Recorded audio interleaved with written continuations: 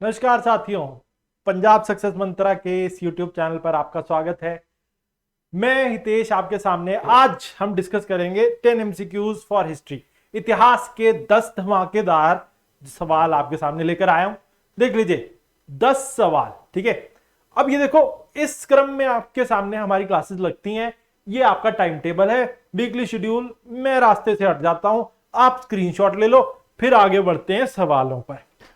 ये देखिए, पहला सवाल आपके सामने आ गया। सवाल का लेवल देखना, आसान नहीं होगा, पीसीएस लेवल भी होगा और उससे ऊपर भी जा सकते हो। आप यूपीएससी देना चाहो तो यूपीएससी पे भी जा सकते हो। लेवल आपको कहीं से भी कमजोर नहीं दिखेगा। और आजकल जो आपके पीपीएससी ने भी जो सवालों का स्तर बना दिया ना, वो तो आपको पता ही है। देख लेना, मतलब आपको पता लग जाएगा कि यार क्या धांसू क्वेश्चन आते हैं इतिहास से। तो ये चलो, पहला सवाल ये रहा, which of the following persons are correctly matched with the organisation. ठीक है, अब ये जो है ना, ये ऑर्गेनाइजेशन से सवाल है और उनको उनसे जुड़े हुए जो है इतिहास में जो बहुत मशहूर व्यक्ति हैं उनसे जुड़ा हुआ है। Important personalities from history. ये देखो, आचार्य प्रफुल्ल चंद्र रे, इनके सामने लिखा हुआ सोशलिस्ट पार्टी। दूसरा लिखा है भगवती चरण वोरा, सामने लिखा है HSRA, Hindustan socialist Republican army. तीसरा आचार्य नरेंद्र देव, इसके सामने लिखा है इंडियन साइंस कांग्रेस। 4 यहां पे कोड दिए हुए हैं। अब इसमें से आपको बताना है सही कौन सा उत्तर। 2 only is correct, 1 2 and 3 correct, 1 and 3 only correct, या 2 एंड 3 ओनली करेक्ट। ये देखो, आंसर है ए। देखो, आपको अगर ट्राई करना है तो आप पॉज कर सकते हो, उसके बाद आंसर कर देना। ठीक है, ऑप्शन है ए। ए मतलब ए का क्या है, मतलब 2 ओनली इज करेक्ट। इसमें देखो, सॉल्यूशन देख लेते हैं। आचार्य प्रफुल्ल चंद्र रे ने इंडियन साइंस कांग्रेस जो है उसका गठन किया था। भगवती चरण वोरा जुड़े हुए थे Hindustan socialist Republican army association से। आचार्य नरेंद्र देव सोशलिस्ट पार्टी से। ये देखो, भगवती चरण वोरा के बारे में जान लेते हैं। भगवती चरण वोरा का जन्म 15 नवंबर 1903 को हुआ था। ये जो तस्वीर देख रहे हो ना, ये भगवती चरण वोरा है। और इन्होंने जो है हिंदुस्तान सोशलिस्ट रिपब्लिकन आर्मी के लिए जो है जान दे दी थी अपनी बॉम्ब के वुंड से। एक बम जो है वो फट गया था और उसके घावों से इनकी मृत्यु हुई थी 27 साल की उम्र में। 1928 में भगवती चरण वोरा की ली गई ये तस्वीर है। 28 मई 1930 को लाहौर में इनकी मृत्यु हुई थी। 26, बल्कि 27 भी मैंने गलत बोल दिया, सिर्फ 26 साल की उम्र में ये व्यक्ति शहीद हो गया था। तो इसीलिए देखो, शहीद जो है ना, इन्हें हमें याद करना चाहिए। 15 अगस्त आती है, हम हर साल सेलिब्रेट करते हैं, भूल जाते हैं। ये शहीदों का भी तो सम्मान करना जरूरी है। ये देख लो, भगवती चरण वोरा 26 साल की उम्र में ये व्यक्ति जो है वो भारत के लिए शहीद हो गया था। हमारी आजादी के लिए जो हम सांस ले रहे हैं, शायद उसमें इनका बहुत बड़ा योगदान है। चलो, नेक्स्ट है आचार्य नरेंद्र देव। 1889 से लेकर 19 फरवरी 1956 के बीच में फ्रीडम फाइटर थे, जर्नलिस्ट थे, लिटरेटियर थे और एजुकेशनिस्ट थे। अब कांग्रेस सोशलिस्ट पार्टी इन्होंने बनाई थी 1948 में। आचार्य नरेंद्र देव उसके लिए जाने जाते हैं। उसके बाद आचार्य प्रफुल्ल चंद्र रे, इनके बारे में देख लो, फादर ऑफ इंडियन केमिस्ट्री कहा जाता है इन्हें। इन्होंने एक किताब लिखी थी कि a history of Hindu chemistry from earliest times to middle of the 16th century. तो ये पुस्तक लिखी थी इन्होंने बहुत। और रॉयल सोसाइटी ऑफ केमिस्ट्री ने इनको ऑनर किया था कि भाई ऐसा इन्होंने कमाल का वर्क किया यूरोप के बाहर, क्योंकि उससे उस समय पर जो साइंस में जितनी भी तरक्की थी ज्यादातर यूरोप से हुआ करती थी। यूरोप के बाहर जो है साइंस में योगदान देने वाले लोगों की संख्या बहुत कम थी। उनमें से एक थे आचार्य प्रफुल्ल चंद्र रे। ठीक है, और इन्होंने स्थापना की थी इंडियन साइंस कांग्रेस की, जो है वो स्थापना इनके द्वारा की गई थी, आचार्य प्रफुल्ल चंद्र रे। चलिए अगले सवाल पे आ जाते हैं। सवाल में क्या पूछा गया, एक बार मैं आपके लिए कलम जरूर निकाल ले, फिर आगे चलते हैं। ठीक है, चलिए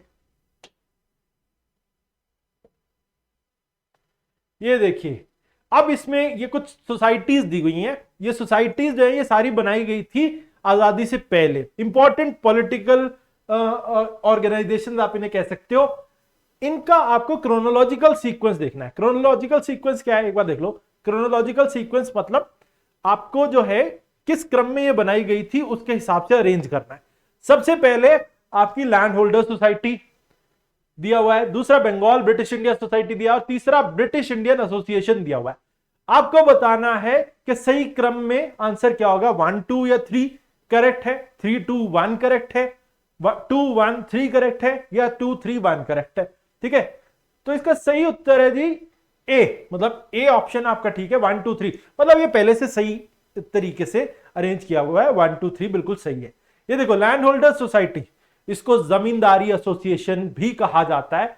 इसका गठन मार्च 1838 में किया गया था, और इसके जो है प्रोमिनेंट जो लीडर थे तो वो थे जमींदार भवानी चरण बंदोपाध्याय एक, तो दूसरे द्वारकानाथ टैगोर, तीसरे प्रसन्न कुमार टैगोर, चौथे राधाकांत देव और रामकमल सेन। ठीक है, तो ये 4 व्यक्ति जो थे, ये चारों इन्होंने बनाई थी लैंड होल्डर सोसाइटी। जमींदारों के हकों के लिए आवाज उठाने के लिए बनाई गई थी, जमींदारों के लिए लैंड होल्डर सोसाइटी 1838 में। इसके बाद दूसरी संस्था थी Bengal British India society, Calcutta में ये दूसरी बड़ी पॉलिटिकल ऑर्गेनाइजेशन बनी थी 1843 में। जमींदारी एसोसिएशन के बाद दूसरी बनने वाली यही थी। तीसरी ब्रिटिश इंडिया एसोसिएशन, ये भी कलकत्ता में बनी थी, और कोलकाता उस समय अब जो कहलाता है। राधाकांत देव इसके पहले प्रेसिडेंट थे, और पहले जनरल सेक्रेटरी थे देवेंद्र नाथ टैगोर। ठीक है, पहले जनरल सेक्रेटरी थे देवेंद्र नाथ टैगोर। मैं बात कर रहा हूं ब्रिटिश इंडिया एसोसिएशन की। और इसके मेंबर थे कृष्णोदास पॉल, प्यारीचंद मित्रा और राम गोपाल घोष, इसके प्रमुख मेंबर्स में से कुछ एक थे। चलो अगले सवाल पे आते हैं। अगला सवाल, इस पैसेज में यहां पर किसकी बात हो रही है, एक बार ध्यान देना कि यहां पर किसकी बात हो रही है। He was patronized by Chanakya, Chanakya से इनको जो है वो बहुत कुछ मिला था या शिक्षा मिली थी। उसके अलावा जो फिलोसोफर थे चाणक्य, वो उनके मेन एडवाइजर भी थे। अब कमाल की बात है, चाणक्य ने पेट्रनाइज किया इन्हें, और ये चाणक्य इनके मेन एडवाइजर थे। और इन्होंने एक लड़ाई लड़ी थी, सेल्यूसिड मौर्यन वॉर इन्होंने लड़ी थी, और नंद वंश को पूरे तरीके से, नंद एम्पायर को अपना के ऊपर पूरा कब्जा कर लिया था। ठीक है, तो ये आपको बताना है यहां पे बात किसकी हो रही है, अशोक की, अजातशत्रु की, चंद्रगुप्त मौर्य की, या बिंदुसार की। 4 ऑप्शन दिए रहे। ठीक है, सही उत्तर है सी। देखो मैं तरीका बता देता हूं आपको करना क्या है, आप पॉज कर सकते हो पहले, अगर आप इसको आंसर पहले खुद से करना चाहते हो। ठीक है, लेकिन मैं आपको आंसर बता देता हूं, यहां पे चंद्रगुप्त मौर्य इसमें सही उत्तर है। चंद्रगुप्त मौर्य, क्यों, ये देखो चंद्रगुप्त मौर्य जो है ये चाणक्य जो हैं उनके, चाणक्य इनके मेन एडवाइजर थे, और इन्होंने जो है सेल्यूसिड मौर्यन जो वॉर है उसमें ये प्रमुख थे। मतलब सेल्यूसिड कौन है, सेल्यूकस निकेटर थे। सेल्यूकस निकेटर कौन थे, सेल्यूकस निकेटर अलेक्जेंडर के एक जनरल थे, जिन्हें वो नॉर्थ वेस्ट फ्रंटियर प्रोविंस, मतलब जो मॉडर्न डे पाकिस्तान का इलाका है ना, वहां पर बिठाकर चले गए थे इनको। ठीक है, किसको, सेल्यूकस निकेटर को। सेल्यूकस निकेटर वहां पे अपना कब्जा करके बैठे थे। अलेक्जेंडर ने कहा था जब उनकी सेनाओं का मनोबल वापस लौटेगा तो वो सेल्यूकस के साथ मिलकर आगे का अभियान शुरू करेंगे, पूरी दुनिया को जीत लेंगे। लेकिन अलेक्जेंडर ये नहीं जानता था कि भारत में बैठे हैं चंद्रगुप्त मौर्य। चंद्रगुप्त मौर्य ने धनानंद के एम्पायर को खत्म किया, नंद वंश का सारा साम्राज्य उन्होंने जीत लिया चाणक्य की मदद से। उसके बाद वो लड़ने पहुंचे सेल्यूकस निकेटर से, जो उनके उत्तरी द्वारों पर बैठे थे, उत्तर पश्चिमी द्वारों पर बैठे थे। सेल्यूकस निकेटर से लड़ने नॉर्थ वेस्ट फ्रंटियर प्रोविंस पहुंचे। वहां पहुंचे तो सेल्यूकस निकेटर ने इतनी बड़ी सेना देखी, उस सेना में हजारों हाथी देखे, डर के मारे हवा निकल गई। वो बोलते हैं कि भाई हम नहीं लड़ सकते, संधि पे आ गए। अब किया क्या गया, वहां पे लड़ाई नहीं हुई, संधि हुई, मैट्रिमोनियल अलायंस हुआ।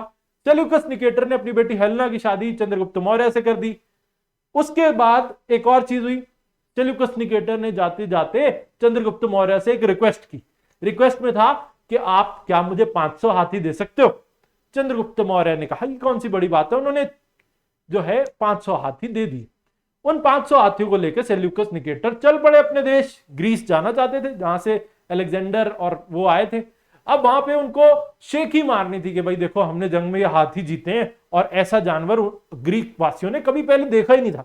अलेक्जेंडर की सेना, सिकंदर की सेना जब भारत पहुंची तो उसने हाथी जैसा जानवर पहले कभी देखा ही नहीं था, और जिस तरीके से तबाही मचाते थे हाथी, वो देख के उनके होश उड़ गए थे। तो फिर उन्होंने जो है वो सोचा कि इस जानवर को अपने यहां ले जाना चाहिए। सेल्यूकस निकेटर ने प्लान बनाया और चंद्रगुप्ता से मांगे हाथी और ले चले 500 हाथियों को।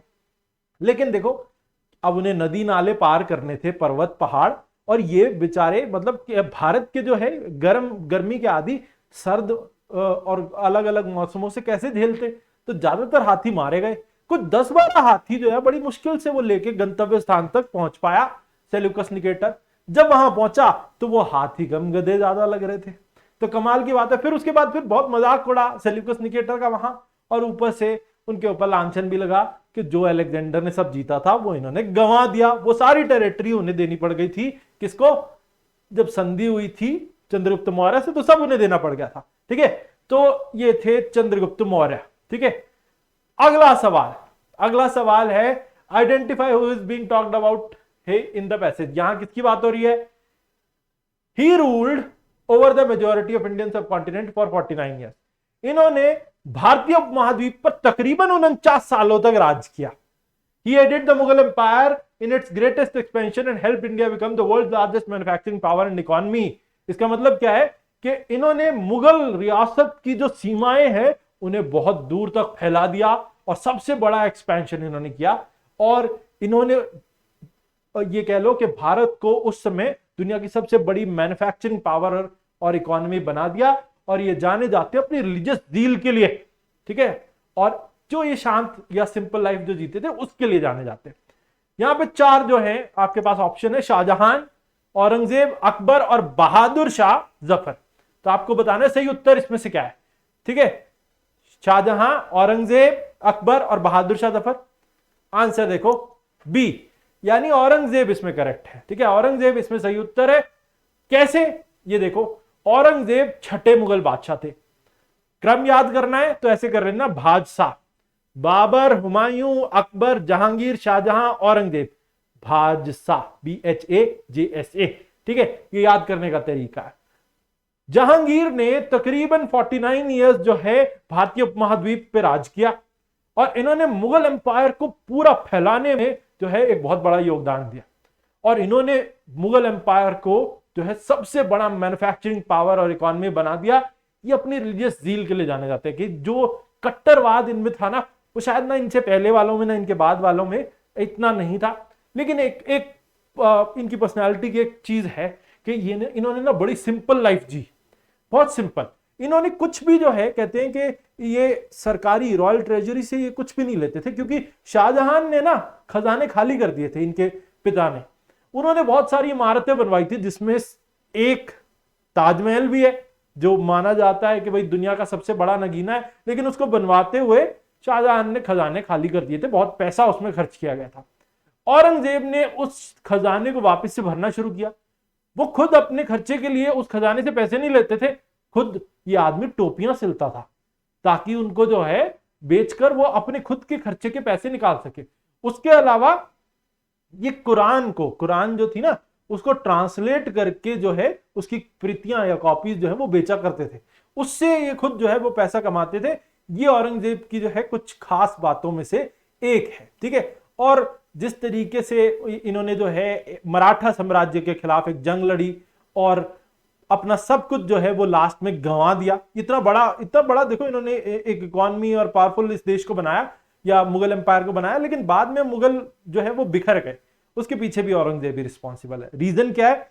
औरंगजेब भाई साहब ने ना पैसा तो खूब कमाया, लेकिन फिर मराठाओं से एक दुश्मनी निकालने के एवज में, या फिर इनको जो दक्खन पे जो कंट्रोल करना था किसी भी कीमत पे, वो सब करने के चक्कर में इन्होंने सारा पैसा गंवा दिया और दक्खन पे कंट्रोल फिर भी ना हुआ। तब भी मराठा इनसे पूरी तरीके से कंट्रोल में कभी ना आए। ठीक है, चलो आगे बढ़ते हैं। ये देखो, यहां कुछ हिस्टोरिकल वर्क दिए गए हैं, सामने कुछ हिस्टोरिकल पर्सनालिटीज के नाम लिखे हैं। आपको कोड पहचानना है कौन सा सही है। पहला सही तरीके से मैच है, जहां फतेह उस सलातिन के साथ अब्दुल मलिक इसामी लिखा है। दूसरा, तारीख फिरोज शाही के सामने अल बरूनी लिखा है। और तीसरा, फतवा जहानदारी के सामने अमीर खुसरो लिखा है। आपको बताना है 1 only is correct, 2 and 3 is correct, या ऑल आर करेक्ट, या नन इज करेक्टली मैच। ठीक है, तो चलिए इसका आंसर है ए, मतलब सिर्फ 1 जो है वो सही तरीके से मैच है। क्यों, अब ये देख लेते हैं। अब्दुल मलिक इसामी 1311 में जन्मे एक हिस्टोरियन और कोर्ट पोएट थे। किसके किसके कोर्ट पोएट थे? बमन शाह के। अब बमन शाह कौन? मोहम्मद बिन तुगलक का नाम सुना है अगर आपने, तो तुगलक वंश के जो है वो दूसरे शासक थे मोहम्मद बिन तुगलक। गयासुद्दीन तुगलक के बाद गद्दी पे बैठे। जब ये गद्दी पे बैठे तो ये बोला जाता है कि भाई ये बड़े सनकी बादशाह था, सनकी सुल्तान। इन्होंने ना एक दफा इनको लगा कि यार मेरी जो राजधानी है, जो मेरा जो कैपिटल सिटी है वो बहुत उत्तर में, और मेरा साम्राज्य दक्षिण तक बहुत फैला हुआ है, और मैं यहां से बैठ के जो है दक्षिण तक कंट्रोल नहीं कर सकता, तो मुझे इस कैपिटल को उठा के मध्य भारत में या दक्षिण भारत में कहीं ले जाना चाहिए ताकि मेरा कंट्रोल पूरे भारत पे हो सके। तो ये सब इन्होंने एक दिन एक फरमान जारी किया। फरमान था कि लाखों लोग अपने लाव लश्कर उठाओ, अपना सारा सामान उठाओ और चलो दौलताबाद की तरफ, दक्कन की तरफ जो है उनको रवाना कर दिया, साउथ इंडिया की तरफ। अब दौलताबाद महाराष्ट्र में है, वहां उन सबको जाना था। रास्ते में लाखों लोग मारे गए, भूख प्यास गर्मी सर्दी ये सब चीजें उन्हें झेलनी थी, उसके अलावा बदइंतजामी जो झेलनी पड़ी। अब देखो यार, इतने सारे लोगों को हर सामान लेकर चलना है, गधे घोड़े उस समय जो भी वाहन रहे होंगे उनके साथ वो चले होंगे, और उसके बाद रास्ते में हजारों लाखों की संख्या में लोग मारे गए। दिल्ली को पूरा खाली कर डाला था सुल्तान ने, और वहां पे कहते हैं कि बिल्ली कुत्ते ही बचे थे बस, बाकी सब लोगों को वो लेके चल दिए थे। रास्ते में बहुत सारे लोगों ने जो कैंप था, जो पूरा जो पूरा जो काफिला था जो चल पड़ा था दौलताबाद की तरफ, उससे वो अलग हो गए और अलग अलग इलाकों में बस गए। बहुत कम संख्या में लोग जो है वो वहां पहुंचे, तकरीबन आधे कहां पहुंचे? दौलताबाद। दौलताबाद कुछ साल रहे। सुल्तान को एक दिन फिर एक सनक जागी, उन्हें लगा कि उत्तर में उनके इलाके खतरे में है, उन पे अटैक हो सकता है, और उन्हें यह भी लग रहा था कि यार यहां तो पानी खत्म हो रहा है, यहां पे मेरी जनता के लिए जो है कुछ समस्याएं हैं, जो लोग मेरे पास आने लगेंगे थोड़े दिन में। तो फिर क्या हुआ कि उन्होंने अपने सभी लाव लश्कर को फिर से एक फरमान दिया कि सबसे कहो कि सब चलेंगे वापस दिल्ली, और वो सब चल दिए दिल्ली। अब फिर रास्ते में हजारों लोग मारे गए। अब ये बात उस सुल्तान की सनक को दिखाता है कि किस हद तक सनकी थे। अब लेकिन कहानी में क्या है बात कि जब वो वापस जा रहे थे ना, वापस जा रहे थे, तो जाते जाते क्या किया? जाते जाते दक्कन का इलाका बमन शाह को दे दिया। बमन शाह उनके गवर्नर थे, उनको कहा कि तुम इस इलाके को संभालो, मुझे तुम पे विश्वास है। बमन शाह ने कहा ठीक है, सुल्तान की आज्ञा सर आंखों पर। उन्होंने जो है वो संभालना शुरू कर दिया दक्कन को। लेकिन कुछ दिन बाद जब मोहम्मद बिन तुगलक वापस दिल्ली पहुंचे, उसके बाद एक चिट्ठी आई बमन शाह की तरफ से कि टाटा बाय बाय, आपका और मेरा कोई लेना देना नहीं, अब हमारा हिसाब किताब क्लियर, और मैं दक्कन का अब एक नया बादशाह हूं। धोखा दिया गया था बमन शाह की तरफ से। बमन शाह, अब ऐसे सुल्तान को तो धोखा दिया भी जाना चाहिए भाई, जिसके जैसे उसके कर्म थे, जैसे वो सन की जो ऑर्डर पास किया करता था, कौन उसके साथ रहेगा? ठीक है, तो इसी वजह से फिर जो है अब्दुल मलिक इसामी ये बमन शाह के लिए काम करते थे, उनके कोर्ट हिस्टोरियन और पोएट थे। बगदाद से फकर मलिक इसामी उनके पिता जो है वो आए थे, और उनके लिए जो है मतलब ये वो आके बसे थे कभी इल्तुतमिश के समय में। ठीक है, उसके बाद से अब्दुल मलिक इसामी जो है बाद में जो है बमन शाह के लिए सर्विस करने लगे, और एक बहुत बड़े जो है हिस्टोरियन बने, जिन्होंने लिखी थी फतेहुस सलातिन, जो एक पोएटिक हिस्ट्री है, किस तरीके से भारत पर मुस्लिम का कब्जा हुआ या मुस्लिम कॉन्क्वेस्ट किस तरीके से हुआ, उसको लेकर है। दूसरा नाम यहां पे, अब यहां पे आपको लिखा था सुना, दूसरा था तारीख फिरोजशाही और तीसरा था फतवाए जहानदारी। तारीख फिरोजशाही और फतवाए जहानदारी दोनों लिखे जियाउद्दीन बरानी ने, इसीलिए ये आपके अलबरूनी और अमीर खुसरो ये दोनों गलत हो गए भाई।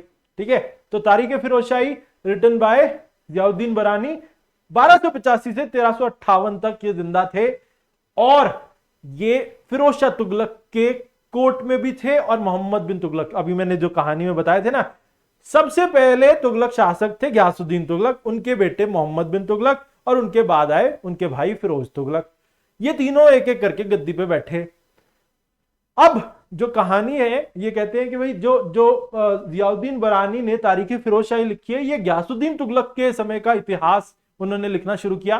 मोहम्मद बिन तुगलक का पूरा इतिहास लिखा, पूरे पीरियड को लिखा, और उसके बाद फिरोज शाह तुगलक की जो है वो पहले 6 साल तक का इतिहास उन्होंने तारीख फिरोजशाही में लिखा है। उसके अलावा एक और उनका वर्क है फतवाए जहानदारी, जो बेसिकली भारत में जो मुस्लिम कम्युनिटी है उसके अंदर हिरार्कियल स्ट्रक्चर को दिखाता है फतवाए जहानदारी। ठीक है जी। चलिए एक और वैसा ही सवाल, यहां पर भी आपको जो है कुछ मैचेस दिए गए हैं और आपको बताना है कौन से सही तरीके से मैच है। गुलबदन बेगम सामने लिखा है हुमायूंनामा, अबुल फजल सामने लिखा है तबाकते अकबरी, सी पे लिखा है निजामुद्दीन अहमद एन ए अकबरी। आपको बताना है इसमें से सही कौन सा है। 1 is correctly match, 2 and 3 are correctly match, all are correctly match या नन इज करेक्टली मैच। ठीक है, तो ये आपको बताना है। चलिए उत्तर हम आपको बता देते हैं, उत्तर है ए, सिर्फ एक, फिर सिर्फ फर्स्ट जो है वो सही तरीके से मैच किया गया। कैसे? गुलबदन बेगम, ये देख लीजिए, गुलबदन बेगम बाबर जो मुगल एम्परर थे प्रथम, उनकी बेटी थी और हुमायूं की बहन थी और अकबर की बुआ थी। ठीक है, बाबर के बेटे हुमायूं, हुमायूं के बेटे अकबर, बाबर की बेटी गुलबदन बेगम, गुलबदन बेगम हुमायूं की बहन और अकबर की बुआ। इन्होंने लिखा था हुमायूंनामा। क्यों? अकबर ने अपनी पूरी जिंदगी जो है वो हुमायूं के साथ नहीं गुजारी, शुरुआती 13-14 साल। क्यों? क्योंकि 13-14 साल तक हुमायूं जो है वो दर बदर भटक रहे थे। वो मदद के लिए एक राजा, हिंदू राजा के पास पहुंचे थे जिनका नाम था राणा प्रसाद राव, जो अमरकोट के राजा थे, जो अब मॉडर्न डे पाकिस्तान में। उनसे मदद मांगी और अपने बेटे को उनके पास छोड़ा और 13 साल तक जो बेटा है अकबर वो उनके पास रहा। बाद में अकबर को लिया और भारत फतेह करने निकले। जब भारत पहुंचे तो फिर कुछ समय बाद ही हुमायूं की मृत्यु हो गई। कुछ ही महीने छोटे से अकबर ने अपने पिता के साथ गुजारे थे। फिर उन्होंने अपने पिता की मृत्यु के बाद जब वो तख्त पे बैठे तो अपनी बुआ से यानी गुलबदन बेगम से गुजारिश की कि वो उनके पिता के बारे में कुछ लिखें या कुछ उन्हें बताएं, जिससे उनको पता चले उनके पिता किस तरीके के इंसान थे, क्या उनकी शख्सियत थी। ठीक है, तो इसके लिए इन्होंने लिखा हुमायूंनामा। ठीक है, चलिए आगे है तबाकते अकबरी। तबाकते अकबरी निजामुद्दीन अहमद ने लिखी थी। निजामुद्दीन अहमद कौन? अब आप और हम सब जानते कि अबुल फजल अकबर के कोर्ट में एक नवरत्नों में से एक थे और उनके कोर्ट हिस्टोरियन थे। लेकिन निजामुद्दीन अहमद कोर्ट हिस्टोरियन भी नहीं थे, सिर्फ एक अफसर थे जो सैलरी डिस्ट्रीब्यूट करते थे अकबर के लिए। अलग अलग डिपार्टमेंट्स को, जो आर्मी थी उसके जो ऑफिशियल्स थे उनको सैलरी डिस्ट्रीब्यूट करने का काम करते थे। कौन? निजामुद्दीन अहमद। इन्होंने इतिहास भी लिखा और उस इतिहास जो लिखा उस वर्क का नाम है तबाकते अकबरी। अब तबाकते अकबरी आपको कहेंगे कि जो अबुल फजल जो हिस्टोरियन, उन्होंने जो भी काम किया ना उससे ज्यादा बेहतर इतिहास, बिल्कुल सही सटीक जो इतिहास है वो हमें मिलता है तबाकते अकबरी से। तो तबाकते अकबरी जो है एक बेहतर सोर्स है। ठीक है, तो ये देखिए। अब तीसरा अबुल फजल। अबुल फजल ने लिखा है अकबरनामा, उसी की तीसरी वॉल्यूम एन ए अकबरी के नाम से जानी जाती है।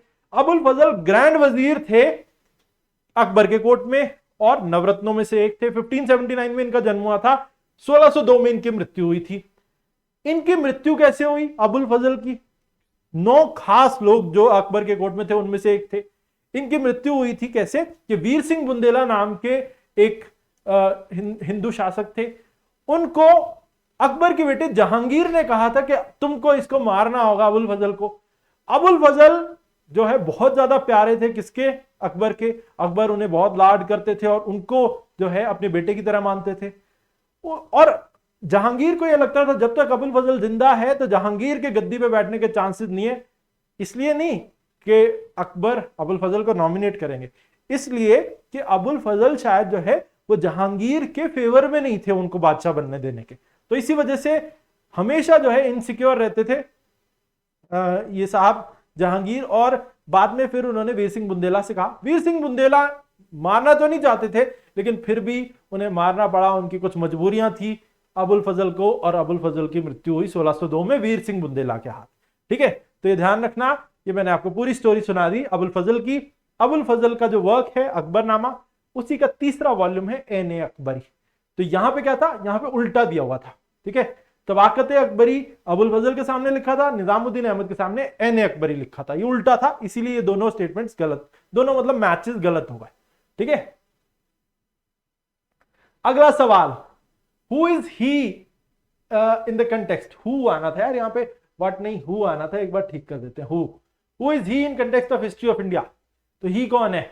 He was author of river of Kings an account of history of Kashmir. तो ही यहाँ पे जो भी है ना, वो उसने रिवर ऑफ किंग्स जो है एक किताब लिखी जो कश्मीर के इतिहास के बारे में।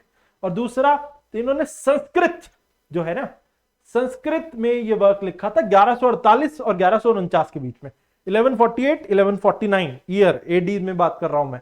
और ऑप्शन जो दिए आपको, बिल्हान, कल्हान, रविकीर्ति, अमरसिम्हा, ये 4 ऑप्शन दिए हुए हैं, बिल्हान, कल्हान, रविकीर्ति और अमरसिम्हा।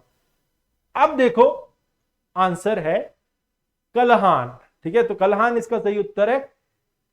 ये जो वर्क है वो कौन सा है? रजतरंगिनी या राजतरंगिनी, जिसका मतलब होता है रिवर ऑफ किंग्स। कश्मीर के इतिहास पर है ये, संस्कृत में लिखी गई 1148 से 1149 के बीच में। अगर हमें जानना है किसके बारे में, हमें कल्हान के बारे में, एक ग्रेट हिस्टोरियन थे, मार्क ऑरियल स्टेन नाम के एक इतिहासकार, ये कहते हैं कि भाई जो इन्होंने बहुत डिटेल में पढ़ाई की है और इनके जो वर्क्स हैं वो पूरे हमें कल्हान के बारे में इंफॉर्मेशन देते हैं।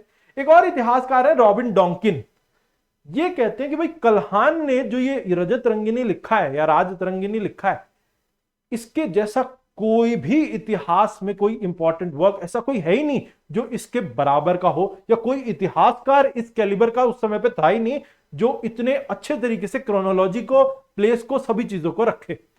इतिहास को लिखने का एक तरीका होता है, इससे बेहतर तरीके से इतिहास इनसे पहले कभी किसी ने लिखा ही नहीं था। रॉबिन डॉन्किन के अनुसार 12वीं शताब्दी तक या 13वीं शताब्दी तक इनका मैच का कोई भी व्यक्ति जो है वो भारत में तो एग्जिस्ट नहीं करता था, ठीक है। तो ये थे कल्हान, ठीक है, कश्मीरी हिस्टोरियन। चलिए आगे चलते हैं।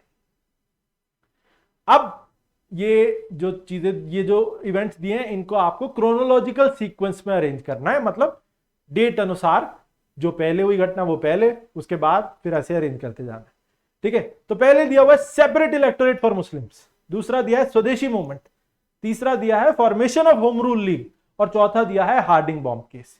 आपको सही क्रम बताना है। चलिए 4213, 4231, 2143 या 3214, देख लो एक बात, ठीक है। अब मैं इसका सॉल्यूशन आपको बताता हूं, आप चाहे तो पॉज कर सकते हैं आंसर देने से पहले। चलिए ये रहा आपका आंसर, आंसर है सी। सी माने करेक्ट क्या है, ये देखिए मैं बता देता हूं आपको, स्वदेशी मूवमेंट 1906 का है। ये पार्टीशन ऑफ बंगाल के तुरंत बाद बंगाल में हुआ था, बॉयकॉट ऑफ ब्रिटिश गुड्स से शुरू हुआ था और इंडियन गुड्स की जो है वो लोगों ने कोशिश की थी कि भारतीय गुड्स अपनाया जाए, स्वदेशी मूवमेंट ये था। उसके बाद फिर आता है सेपरेट इलेक्टोरेट फॉर मुस्लिम्स, जो मॉर्ले मिंटो रिफॉर्म्स के तहत 1909 में अंग्रेजों ने मुस्लिम्स को सेपरेट इलेक्टोरेट सिस्टम जो है वो दिया था। और उसके साथ होम रूल लीग फिर आती है 1916 में। एनी बसंत और बाल गंगाधर तिलक ने 2 सेपरेट लीग्स बनाई थी, लेकिन दोनों ही बनाई गई 1916 में। फिर आता है Hardinge bomb case. Hardinge bomb case 1912 का है। रास बिहारी बोस, सचिंद्र सान्याल और भाई बाल मुकुंद जैसे लोगों ने ये साजिश रची थी और एक बॉम्ब फेंक दिया था लॉर्ड हार्डिंग पर, जब वो अपने हाथी पे सवार होकर जा रहे थे और राजधानी को चेंज किया जा रहा था कलकत्ता से दिल्ली, उनके ऊपर बॉम्ब गिरा दिया था। और इस केस में भाई बाल मुकुंद और उनके कुछ साथियों को फांसी हुई थी, कुछ लोगों को जेलों में डाल दिया गया था, आजीवन कारावास, और सिर्फ एक व्यक्ति बच के भागा था जिसने सच में बम फेंका था, रास बिहारी बोस, जो पहले जा पहुंचे सिंगापुर से फिर पहुंच गए कनाडा और वहां जाकर फिर उन्होंने गदर पार्टी ज्वाइन की और बाद में फाइनली फिर आजाद हिंद फौज का भी नेतृत्व करते हैं रास बिहारी बोस, ठीक है। तो ये है सीक्वेंस, ये रहा, मैंने आपको ये बता दिया। चलिए आगे चलते हैं। अगला सवाल, इनमें से किस स्कॉलर द्वारा रची गई है मिलिंद पान्हा या मिलिंद पान्हो, ठीक है। तो ऑप्शन है हेमचंद्र, दीनसेन, नागसेन या भानभट्ट। सही उत्तर है सी, नागसेन इसमें सही उत्तर है। नागसेन क्यों, ये देखो, मिलिंद पान एक बुद्धिस्ट टेक्स्ट है जिसकी रचना 100 बीसी से लेकर 200 एडी के बीच में की गई, मतलब इन 300 सालों के बीच का विंडो है। अब किसी को पता नहीं किस समय पे बनाया गया था, लेकिन विंडो ये है, इस पीरियड के बीच में कभी रचना की गई है। और ये है क्या, ये एक डायलॉग है बिटवीन इंडो ग्रीक किंग मिएंडर या महिंदर कहा जाता है हिंदी में, और नागसेना। नागसेना एक बुद्धिस्ट संत थे, उनके और एक राजा इंडो ग्रीक किंग महिंदर के बीच की वार्तालाप जो है इस वर्क में जो है लिखी गई है। होता क्या है कि एक बुद्धिस्ट संत जो है वो पहुंच जाते हैं, कहां पर पहुंच जाते हैं, मॉन्क ये राजा के पास, ये राजा थे महिंदर या मिएंडर वन, इनके पास पहुंच जाते हैं। इनके कोर्ट में राजा के कुछ सवाल थे जो कोई भी उस समय तक उनके उन सवालों का जवाब नहीं दे पाया था कि भगवान क्या है और भगवान उन्हें कैसे मिलेंगे, या भगवान एग्जिस्ट करते हैं तो किस रूप में करते हैं। बहुत सारे सवाल उन्होंने पूछे और नागसेना ने बड़े ही शांति से, सरल स्वभाव से उनके उत्तर दिए। वो सभी जो है वो रिकॉर्ड किए गए और मिलिंद पानों में डाले गए। और मिलिंद पानो वही है, तो वो है जो है एक रचना है जिसके अंदर नागसेना और मिएंडर के बीच का वार्तालाप जो है वो दर्शाया गया है या बताया गया। ठीक है, चलिए last question of the day. फिर से क्रोनोलॉजिकल सीक्वेंस पहचानना मॉडर्न हिस्ट्री का सवाल है। पहला है annulment of partition of Bengal, मतलब पार्टीशन ऑफ बंगाल जो है उसे खत्म कर दिया गया। दूसरा फॉर्मेशन ऑफ स्वराज पार्टी। तीसरा फॉर्मेशन ऑफ फॉरवर्ड ब्लॉक। चौथा डेथ ऑफ गोपाल कृष्ण गोखले। इसको सही क्रम में आपको अरेंज करना है। ठीक है, 4213, 1423, 3421 या 3124। ठीक है, चलिए मैं आपको इसका आंसर बता देता हूं। 1423 मतलब कैसे, मैं बता देता हूं, 1 मिनट रुकिए। Annulment of partition of Bengal 1911 का है। स्वराज पार्टी का गठन कब किया गया? स्वराज पार्टी का गठन किया गया था 1922-23। ये कांग्रेस से अलग हुए थे। कांग्रेस सोशलिस्ट खिलाफत स्वराज पार्टी इसका शुरू में नाम रखा गया था। इनका मकसद था काउंसिल एंट्री करने का। ठीक है, फॉरवर्ड ब्लॉक की रचना या गठन 1939 में किया गया था। गोपाल कृष्ण गोखले, गोपाल कृष्ण गोखले कौन? गोपाल कृष्ण गोखले गांधी जी के पॉलिटिकल मेंटोर, जिन्होंने बनाई थी सर्वेंट्स ऑफ इंडिया सोसाइटी 1905 में। ठीक है, नहीं लेकिन डेथ उनकी 1915 में हुई थी, गांधी जी के भारत आने के कुछ दिनों के बाद या कुछ समय के बाद। ठीक है, तो 1915 यहां पे आएगा। मैं सर्वेंट्स ऑफ इंडिया सोसाइटी 1905 में बनाई थी, 1915 में निधन हुआ। ठीक है, तो ये ध्यान रखना, 2 पॉइंट बताए मैंने अलग अलग, लेकिन यहां पे 1915 आएगा। तो इसी वजह से सबसे पहले 1 फिर 4 और उसके बाद 2 3, 1 4 2 3, मतलब बी आपका ऑप्शन करेक्ट है। चलिए यही है ना यहां पे, ये देख लो एक बार। ठीक है, चलिए तो आज के लिए इतना ही, फिर मिलेंगे।